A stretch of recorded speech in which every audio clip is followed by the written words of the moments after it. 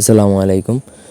আজকে যে ভিডিওটা দিচ্ছি সেটা হচ্ছে শত্রু নাশ করার দাবি। আপনার যদি কোনো দুশ্মন থেকে থাকে, ঘোর শত্রু থাকে যে আপনাকে দিনে রাতে ক্ষতি করে যাচ্ছে, অপদস্থ করতেছে, আপনাকে নানান দিক দিয়ে ক্ষতি করছে, শারীরিক, আর্থিক, মানসিক সব দিক দিয়ে যদি কেউ আপনার ক্ষতিগ্রস্ত করে থাকে তাহলে এটা প্রয়োগ করতে পারেন। এটা দ্বারা শত্রু একদম নাশ হয়ে যাবে।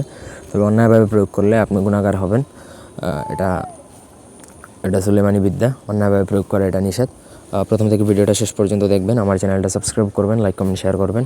ব্যক্তিগত যে কোনো প্রয়োজন বা যে কোনো কাজের জন্য স্ক্রিনে দেওয়া নাম্বার আছে, সরাসরি ফোনে বা হোয়াটসঅ্যাপে যোগাযোগ করে যে কোনো কাজ করাতে পারবেন দেশে বা দেশের বাইরে থেকে।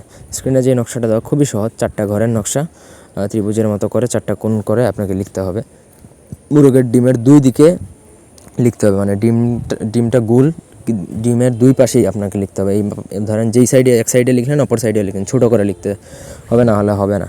এটা অরিজিনাল যেই জাফরান কালি আছে সেই জাফরান কালি দ্বারা লিখতে হবে, এবং জাফরান কালি দ্বারা লিখতে হলে প্রথমত আপনাকে দোয়াত কলমে সেই কালি ভরতে হবে, না হলে আপনি লিখতে পারবেন না। বড় কোনো পেন বা কালি দ্বারা, মোটা কালি দ্বারা, কোনো কিছু দ্বারা, মার্কার টার্কার এগুলো দ্বারা কাজ হবে না। এটা লিখলে আপনাকে দোয়াত কলম দিয়ে লিখতে হবে, না হলে আপনি লিখতে পারবেন না। লেখার পর নিচে নকশাটা যেখানে লিখলেন তার পাশে শত্রুর নাম লিখবেন, যাকে আপনি নাশ করতে চান, দমন করতে চান বা ধ্বংস করতে চান তার নাম।